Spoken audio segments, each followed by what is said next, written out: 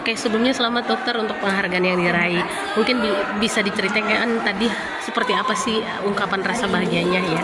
Saya Dr. Widya mendapatkan kesempatan sebagai salah satu kandidat mendapatkan penghargaan Beauty Trainer Award 2024. Tentu saja penghargaan ini adalah menjadi tanggung jawab besar bagi saya untuk bisa terus meningkatkan potensi diri saya dalam bidang dermatologi estetik. Ya, ini adalah tanggung jawab saya bagaimana saya bisa menciptakan sesuatu inovasi yang baru yang aman untuk masyarakat. Ya, sekali lagi yang aman untuk masyarakat dan aman juga untuk dokter yang mengerjakan. Karena sekarang banyaknya kasus di masyarakat kita di Indonesia ini tidak hanya yang sehat, tetapi kita tahu sendiri di Indonesia kasus kencing manis masih sangat banyak. Sekarang kasus autoimun juga semakin meningkat dan banyaknya kasus-kasus pada perempuan, yaitu kasus kanker serviks, kanker ovarium segala macam.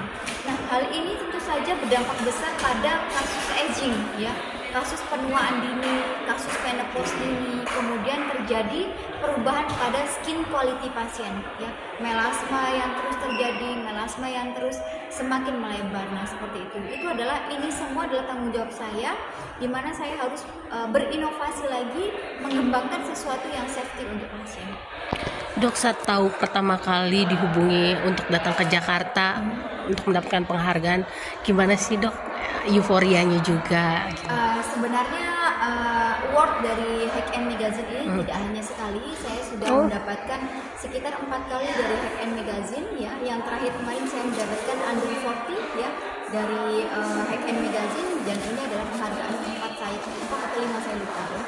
Jadi luar biasa, masih dikasih kesempatan oleh Ibu Liliana menjadi salah satu sosok yang menginspirasi Indonesia untuk berbagi ilmu, ya, berbagi pengalaman, sehingga ini tentu saja semoga bisa dicontoh oleh sejawat-sejawat lainnya.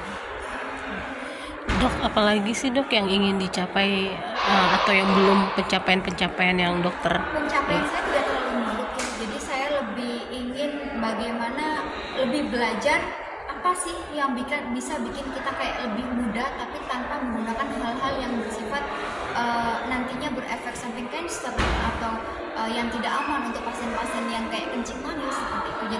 Jadi saya masih pengen terus menggali yang namanya stem cell therapy. Bagaimana stem cell therapy ini nanti bisa ada di Indonesia dan kualitasnya memang benar-benar bagus dan tepat sasaran seperti itu. Stem terapi ini baru di klinik dokter aja tuh? Sebenarnya udah punya, cuma kan stem cell therapy banyak ragamnya dan dia banyak brandnya. Nah, kebetulan stem cell therapy yang ada di klinik saya itu saya ambil dari stem cell umbilical dari Jerman. Untuk biayanya sendiri dok kalau di klinik? Itu kisaran dari 100 sampai 300 juta, ya, karena memang itu adalah untuk pengobatan pasien-pasien kencing manis, pengobatan untuk pasien-pasien stroke, ya, pasien jantung bahkan, ya. Jadi dia harapannya adalah regenerasi dari sistem saraf atau sistem sel pada pasien itu lebih cepat, penyembuhannya lebih cepat. Dok, tadi alasannya mengapa memilih negara dari Jerman ini? Di Jerman itu ada 2 penelitian, ya, di mana penelitiannya adalah di rumah sakit itu HIV sembuh dengan stem cell.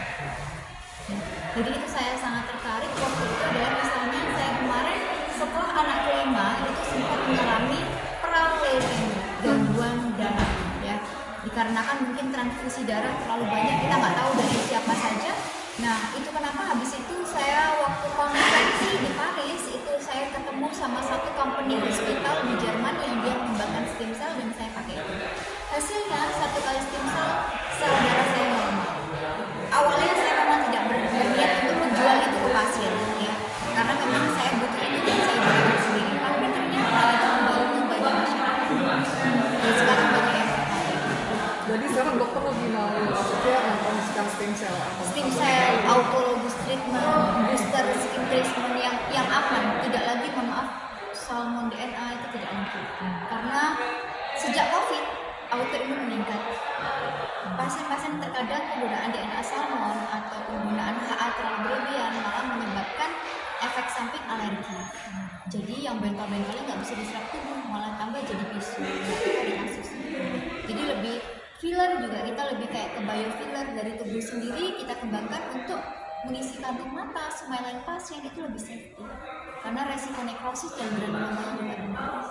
Tapi sejauh ini pasien di klinik dokter memang banyak yang ditangani dengan kasus yang tadi dokter sebut. Skin booster itu sangat banyak ya. Booster luxury booster sangat berkembang pesat di Widya Estetik Klinik. Bahkan sekarang pasiennya dari ibaratnya umur 15 tahun dia pengen glowing, dia tidak lagi laser. Tapi dok, saya memilih skin booster.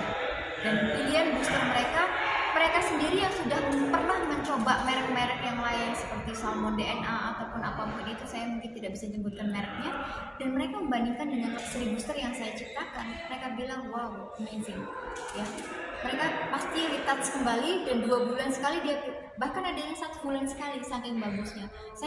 Saya meskipun nggak pakai krim dok, sekarang kulit saya bagus gitu. Ini kan juga lagi rame ya dok, yang tadi dokter sebut dengan istilah salmon DNA gitu. Yes. Tanggapan dokter sendiri gimana sih dok dengan isu yang saat ini lagi sangat ramai terkait dengan kembali lagi pada pasien dan dokternya. Mungkin kalau misalnya dibilang ramai, dokter tersebut ada target tertentu mungkin ya. Jadi ya yang penting menurut saya adalah safety untuk pasien. Ya. Kita salmon DNA itu kita lihat juga apakah pada saat kondisi tersebut pasien sedang kencing manis, gula darahnya tinggi atau tidak. Nah itu